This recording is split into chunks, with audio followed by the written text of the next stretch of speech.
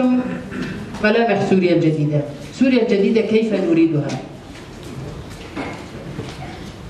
هناك إدارة جديدة في الشام بدمشق، والوضع الميداني لا زال كما هو، لم يتغير شيء.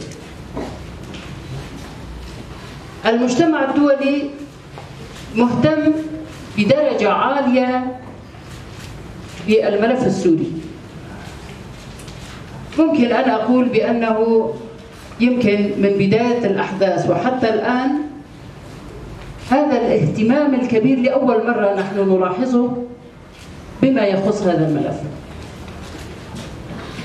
المجتمع الدولي يريد أن يرى سوريا جديدة تعددية متنوعة بكل ثقافاتها، ويريد أن يرى دور المرأة قوي في المجتمع السوري وفي الإدارة السورية، وهذا مطلبنا أيضا.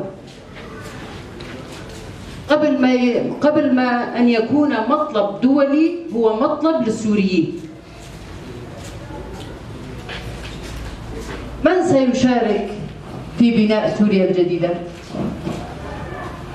هناك تصريحات وهناك العديد من الآراء والمواقف، وهناك محاولات، هناك زيارات بشكل يومي إلى دمشق من دول إقليمية، ونحن نؤمن بأن هذه الزيارات بأكملها تسعى لأن تساهم في تصحيح المسار وبناء سوريا تمثل كل السوريين وتحقق آمال السوريين. نحن نطالب بعقد مؤتمر نسوي على مستوى كامل أراضي سوريا. عقد مؤتمر وطني الأصلية وإخراج من يسكنون حاليا فيها والفصائل. السؤال الآخر اللي هو يتعلق طبعا ما نهمل المخيمات، وحضرتك أشرتي وكثير من الزملاء الحاضرين حكوا عن موضوع المخيمات والكارثة الإنسانية الموجودة فيها، وخاصة للمرضى اللي هن خليني أحكي عن مرضى السرطان مثالا، ما بالإمكان يتلقوا العلاج هون، والشام في خطورة، ومسألة انتقالهم لأماكن أخرى كمان فيها خطر يمكن. السؤال الآخر اللي هو بيتعلق بهويتي، حضرتك أشرتي أنه اللامركزية بصلاحيات واسعة هي المطلب. هل هي المطلب إلى ما لا نهاية؟ ممكن بكرة في شوف صار في توافقات وقبلنا بالمركزية؟ ما المقصود بصلاحيات واسعة؟ يعني بدي مسمى حقوقي، صلاحيات واسعة تعتمد على البرلمان، على إمكانية تشريع قوانين، سن قوانين، أو رح نرجع للإدارة المحلية 107 اللي كنا رافضين رفضا تاما النقاش مع النظام البائد عليه. في مسألة تتعلق بالسؤال اللي طرحتيه حضرتك على المجتمع المدني. طبعا نحن عم نحاول وفق قدراتنا وإمكاناتنا أن نتواصل مع الداخل السوري، مع الجهات الداعمة، مع الدول، مع مبعوثي الدول، لكن نحن أيضا بحاجة إلى تحسين الخطاب بالداخل. يعني برجع لمسألة عفرين.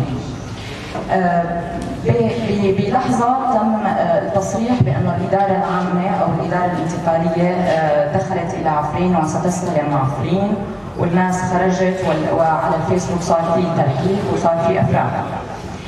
إذا كان مروج الإشاعة لا يهم أهالي عفرين، نحن بيهمنا. فيفترض أنه هالأمور تخرج عن الإدارة الذاتية. يعني نحن حاليا بشكل أو بآخر عم ندافع عن وجودها لأنه بيحمي وجودنا. المسألة الأخرى اللي بدي أشير إلى، ما فينا نستغل مسألة الحرب على سد تشرين بأنه هي أصبحت انتهاكات دولة تمارس على قسم من الشعب، لأنه هذه الفصائل أصبحت جزء من هذا الكيان اللي تم تشكيله بدمشق. فما فينا نستغل هالنقطة ونحن عم نتحاور مع الدول أو نعمل جولات بالخارج. وشكرا. ضروري أن وزارة الدفاع تتحمل مسؤولية إيقاف هذه الهجمات، وأن تتحكم بالفصائل التي تعتدي على المدنيين في عفرين وتستمر بهجماتها على 6 تشرين أيضا، بمعنى أنه تقع يعني هي مسؤولية تقع على عاتق وزارة الدفاع، وضروري أن يكون لها موقف بهذا الاتجاه.